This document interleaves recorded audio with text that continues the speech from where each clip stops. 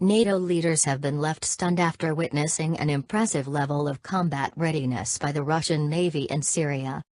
A series of Russian drills are to commence off the coast of Syria until this month. According to military observer Vladislav Shurigin, NATO have expressed shock and awe at just how efficient and mighty the Russian military are. SputnikNews.com reports, the Russian Navy plans to start missile drills, and may carry out strikes against terrorist targets in Syria from the Mediterranean Sea off the country's coast, according to media reports citing a notice to airmen, NOTAM, bulletin and navigational warnings to mariners. The Ministry of Defense has yet to make an official comment on the imminent exercises. Respected Russian military expert Igor Korochenko said that the drills are expected to be accompanied by the latest Russian warships, making a variety of exercises and combat launch operations possible.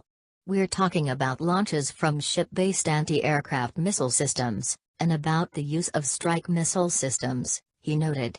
The expert added that he could not rule out the combat use of Calibre cruise missiles during the drills.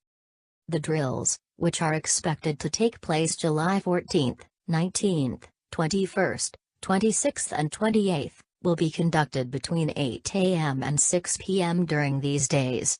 The exercises follow on similar operations which took place between May 29th to June 4th and June 18th to 30. Last month, the Russian Navy frigates Admiral Essen and Admiral Grigorovich, along with the Krasnodar diesel-electric attack sub, attacked terrorist targets inside Syria using Calibre cruise missiles, striking command posts and ammunition depots in Hama province. Speaking to Radio Sputnik about the nature of the new drills, veteran military observer Vladislav Shurigin explained that they were planned long in advance. These are planned exercises, registered a year in advance. There are no force majeure circumstances here, no problems, the expert noted. The fleet is learning, executing its objectives. At the same time, Shurigin admitted that these drills, like all major Russian Navy drills, include an element of exhibition, serving as a demonstration of Russian military power.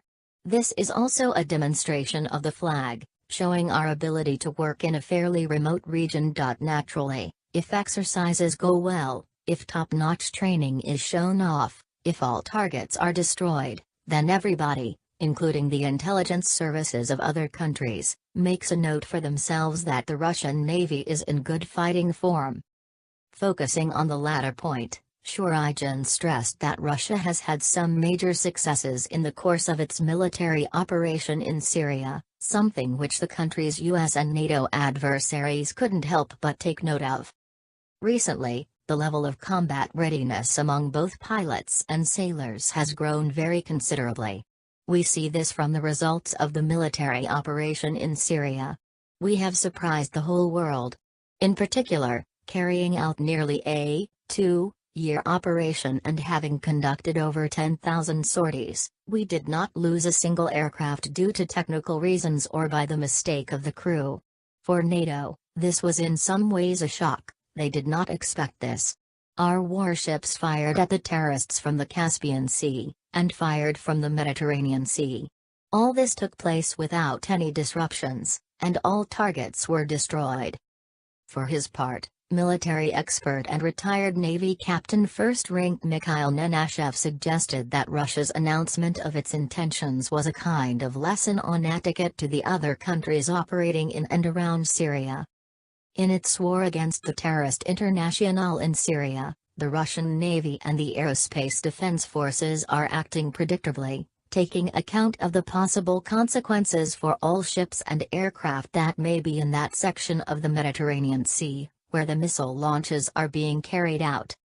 Russia, Nenashev noted, has consciously chosen to give regional actors advance notice, unlike many other partners in the fight against terrorism, which have used flimsy pretexts to launch tomahawks in the past. I'm talking here the well-known attacks by the U.S. Navy against Syria, the analyst clarified. According to the retired officer, the global war against terrorism requires assertive, consistent interaction and cooperation.